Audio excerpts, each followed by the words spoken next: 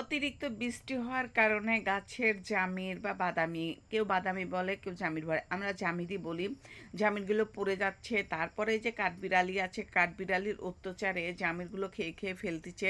তারপরে যে আমার মামাতো ভাই আর গ্রামের একটা ছেলেকে গাছে তুলে দিয়েছি। মানে যখন গাছে তুলে দেই তখন বৃষ্টি ছিল না, রোদ ছিল। মানে এই বৃষ্টি হচ্ছে, এই রোদ, আর যে ওরা গাছে উঠেছে বেশি না, অল্প কয়েকটা জামির পেরেছে। তখনই আবার হঠাৎ করে ঝুপঝুপা পানি, মানে বৃষ্টি পড়া শুরু করলো, তখন ওরা গাছ থেকে নেমে আসে। এই জন্য বেশি জামির পারেনি, অল্প জামির পারিছে, পেরে নেমে চলে আসছে। আর ওদিকে আমার বাবা জামিনগুলো ধুয়ে ধুয়ে ঘরে তুলতেছে, আর আমি এদিকে রান্নাবান্না মানে শুরু করে দিয়েছি। আসসালামু আলাইকুম সবাইকে। সবাই কেমন আছেন? নিশ্চয়ই সবাই ভালো আছেন। আলহামদুলিল্লাহ, আমিও আপনাদের দোয়ায় অনেক অনেক ভালো আছি।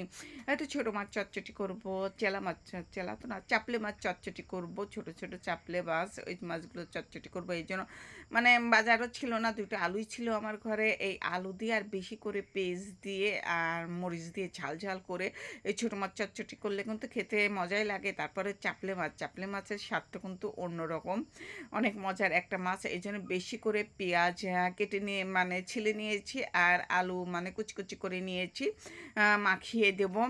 আর এখানে চটচটি মাখিয়ে দেওয়ার জন্য সব কিছু নিয়ে নিয়েছি। মরিচ নিয়েছি, পেঁয়াজ নিয়েছি, লবণ নিয়েছি, তেল নিয়েছি, মরিচের গুঁড়া, সজের গুঁড়া, আর সজ বলে ধনের গুঁড়া বলি আমরা, হলুদ দিয়ে এখন এই যে ভালোভাবে চটকে মাখিয়ে নেব, সুন্দরভাবে মাখিয়ে নেব চটকে।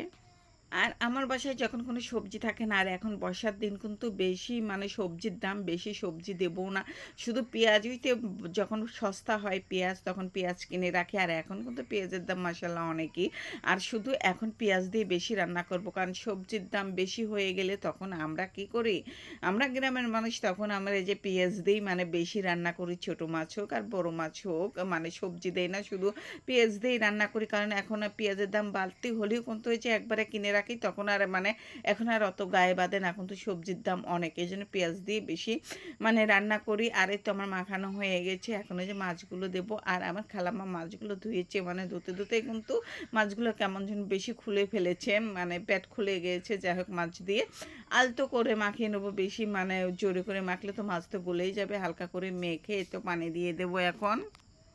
আজ সারাদিন এত বৃষ্টি হয়েছে, মানে শুধু বৃষ্টি হয়নি, রোদও বের হয়েছে। এই 15-20 মিনিট করে বৃষ্টি হয়েছে, ঝুমঝুমা বৃষ্টি, অঝোরে বৃষ্টি। তারপরে আবার দেখা যাচ্ছে যে 1-1.5 ঘন্টা বৃষ্টি নেই, রোদ বের হয়েছে। আজকে সারাদিনটা মানে এইভাবেই কাটিছে, এই রোদ এই বৃষ্টি। যাই হোক, এই যে আমার কিন্তু মানে মাছে পানি দিয়ে এখন যে মাছটা তুলে দিয়েছি। আর আমার খালাতো ভাই, মানে মামাতো ভাই যে গাছে উঠছিল, ওরা তো ভিজে চুপুর চুপুর হয়ে নেমে পড়েছে। ওদেরকে গা হাত পা মুছে দিয়েছি, কারণ এখনকার বৃষ্টির পানি গায়ে পড়লে তো জ্বর আসবে। ওদেরকে বললাম যে বৃষ্টি পড়তেছে, নামিয়ে আসো, কিন্তু তারা কিন্তু নামলোই না। কইছে আপু কয়েকটা পেরে নিয়ে নামি, তারপর ওদেরকে 4-5টা দিলাম আর আমরা নিলাম। আর এদিকে কিন্তু আমাদের রান্নাবান্না হয়ে গেছে, মানে আমার রান্নাবান্না হয়ে গেছে, এতে চটচটি করেছি। আর টমেটো ভর্তা করেছি। আমার মেয়ে আবার কোনোটাই খাবে না, এখন এই যে আলু ভর্তা করে খাচ্ছে। দেখেন, ও নিজেই ভর্তা করছে, আমি বলতেছি আমি পারবো না, আমার রান্না শেষ।